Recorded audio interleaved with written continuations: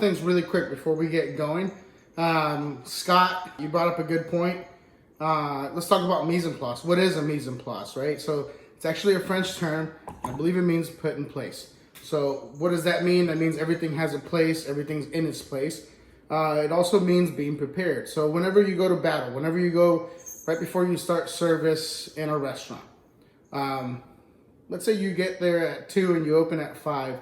From 2 to 5, you're preparing your station and making sure you're ready to go. So that means having your knife ready. If you squeeze lime juice, you gotta have the thing that juices the limes. You gotta have the spoon, you gotta have your bowls, you gotta have your plates, you gotta have your saute pans. So that's what mise en place is, so that you're not running all over the place in the kitchen, losing your mind in the middle of service. But it also applies at home. When you're at home, you wanna be cooking. You don't wanna be running all over the kitchen going, oh my God, where's the salt? Where's the chili oil? Or whatever the heck you're using to cook whatever you're cooking. So mise en place, that's what it is. Be ready, be organized, have all your stuff so that you're just executing whatever recipe you're preparing that day. So very important. Scott, thank you for asking that question. With that, let's get started with this dish. This is a super simple dish, super tasty. I mean, I grew up eating it, and it's one of my favorite things, and it's a botana. What a botana is, it's like a little snack. Super simple. We got some apples, we got some lime juice, and we got some cuties. You can make this dish with tahini. The stuff is really good. You could use this on the rim for margaritas.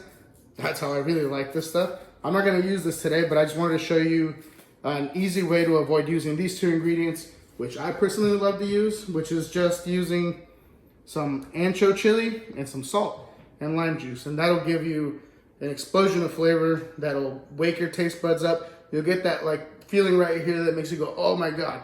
And I love that feeling. So let's get started with this. Okay, to start off, let's get these cuties. Let's peel them. And peel these guys. Once you're done peeling these cuties, I take them apart. There's this little membrane, this little stringiness that you'll get. They're cuties, so it's not like an orange where it really affects like texture and sometimes even flavor. I don't really bother taking these off. I just add them to the bowl. But I do break them apart. Now, if it's a big chunk like this, then yeah, I'll take it off. But if it's just a little bit, it's no big. Next, I recommend, especially during this time, clean your fruit. You don't know who's been touching it at the store. Cuties have an outer layer and they're usually in a bag, so I don't really bother with those.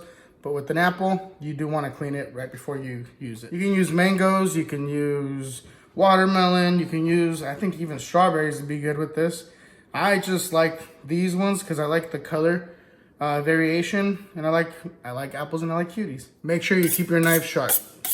The last thing you want is a dull knife and to hurt yourself.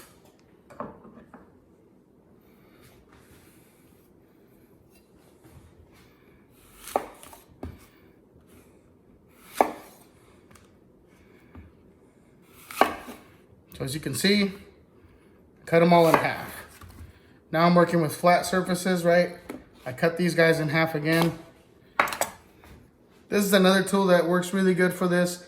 I don't like it personally. I prefer to cut the apples myself, but you can use this one. I use the knife. Okay, we cut this, cut that. Okay, once you cut the core out, then I cut these down to about medium or large dice, really. You just want it to be bite size, so cut it to a good bite size. I go 1, 2, right there. Just, it fits in your mouth. Now those blemishes, there's nothing wrong with it. If you don't like it, if you think it's yucky, just cut it out. I'm gonna cut it out like that. And then, put all the kids in the pool. Move on to the green apples. Same thing, cut them in half. Cut them in half again. And then now you just cut the core out. And then once again, bite size.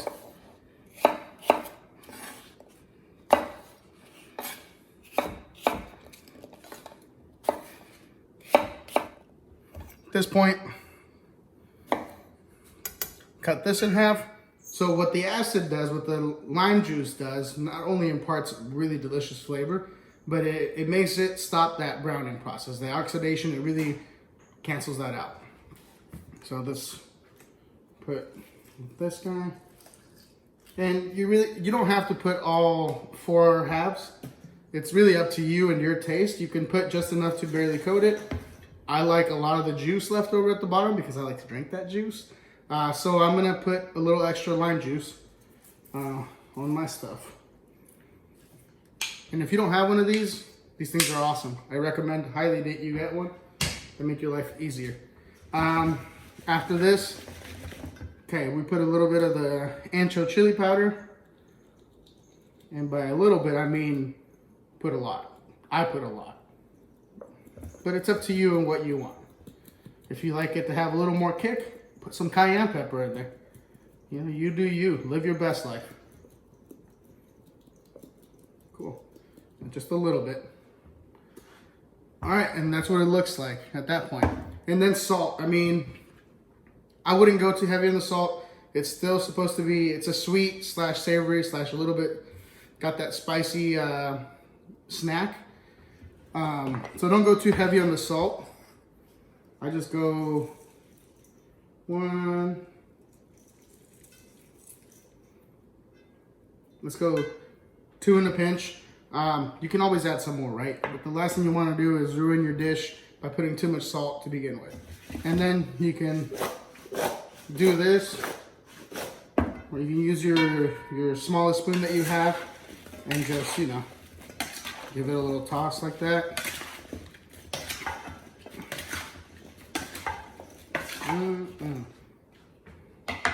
I would prefer to do this. And there you have it.